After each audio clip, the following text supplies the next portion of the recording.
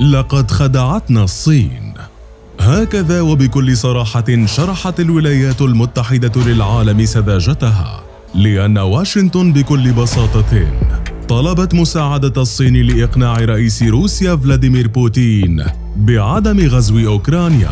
ومن أجل هذا قدمت أمريكا الغالي والنفيس، حتى أنها كأعلان حسن نوايا منحت معلومات استخباراتية للصين عن تمركز القوات الروسية وتموضع الأوكرانيين على الحدود، مع خطط عسكرية يعدها الروس مع الاحتمالات الخططية لدى أوكرانيا لرد الغزو، فيما اعتقدت فيه واشنطن دليلاً على استعداد روسيا لغزو أوكرانيا. فما كان من الصين إلا أن حملت الأمانة، لكن على طريقتها، وسارعت إلى موسكو تخبرها بكل معلومة استخباراتية غنمتها من واشنطن، كبيرة كانت أو صغيرة، إضافة لإخبار الكرملين أن الولايات المتحدة تحاول زرع الفتنة، وأن الصين لا يمكن أن تحاول منع أي خطط روسية بأوكرانيا أو غيرها. وبعد كل هذا عادت بكين لترد على طلب واشنطن للتدخل لدى بوتين قبل بدء الغزو، بأن روسيا أكدت أنها لن تعلن الحرب، وعلى العالم أن يصدقها. الصحف الأمريكية كشفت الكثير من التفاصيل عن خديعة الصين لأمريكا،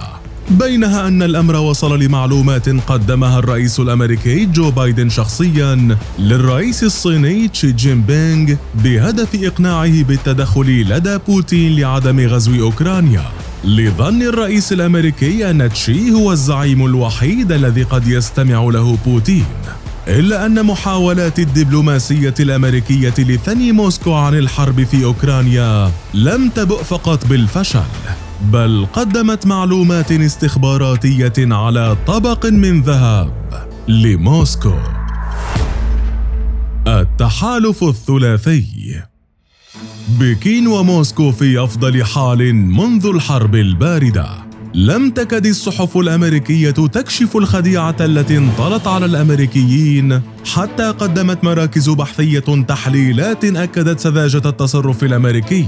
خاصة وأن العلاقات بين الصين وروسيا في أفضل حالاتها منذ الحرب الباردة، وأن الطرفان يقدمان أنفسهما مع إيران وكوريا الشمالية كجبهة واحدة في مقابل الولايات المتحدة الأمريكية وحلفائها من الاتحاد الأوروبي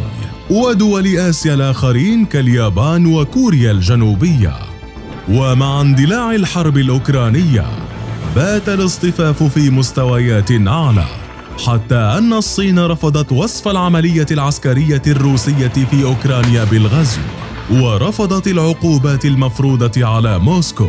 ما يشي بأن الهجوم الروسي على أوكرانيا فور نهايته حال تحقيق بوتين انتصاراً على الغرب سيؤدي إلى تغيير جذري في الخريطة السياسية للعالم والشرق الأوسط،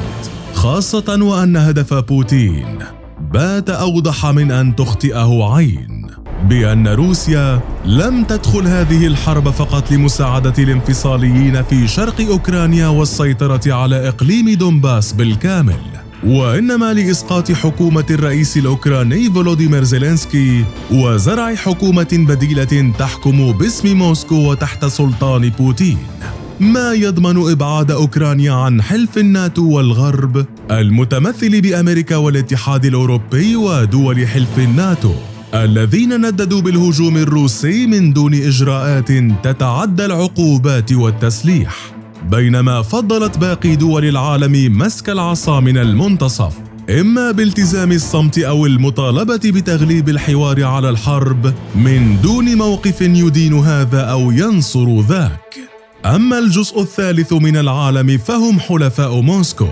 حيث برز الموقف الإيراني بشكل لافت في دعمه اللامشروط لروسيا، مع اعتبار توسع حلف شمال الأطلسي تهديداً خطيراً للاستقرار. ورغم أن الموقف الصيني لا يختلف عن الإيراني من حيث الجوهر بتقديم الدعم غير المشروط للحليف الروسي، إذ إن بكين وجدت مبرراً لرفض العقوبات على موسكو بأنها لا تؤمن بنجاعة العقوبات أحادية الجانب بحل مشكلات العالم، كما اكتفت بالامتناع عن التصويت على قرار مجلس الأمن بإدانة حرب أوكرانيا، لعلمها أن روسيا صاحبة الحق بإسقاط أي قرار بالفيتو قادرة على التكفل بالأمر، ما يقدم إرهاصات لمحور أكثر قوة يضم الصين وروسيا وربما إيران حال تحقيق بوتين الانتصار على الغرب في أوكرانيا. حينها سيشهد العالم انقلابات جذرية في شكل التحالفات الإقليمية والعالمية، ليس فقط في أوروبا ولكن في جميع أنحاء العالم، حيث تشير التحليلات الصادرة عن المراكز البحثية السياسية والعسكرية إلى أن سيطرة الكرملين على أوكرانيا ستقلب أوروبا رأساً على عقب،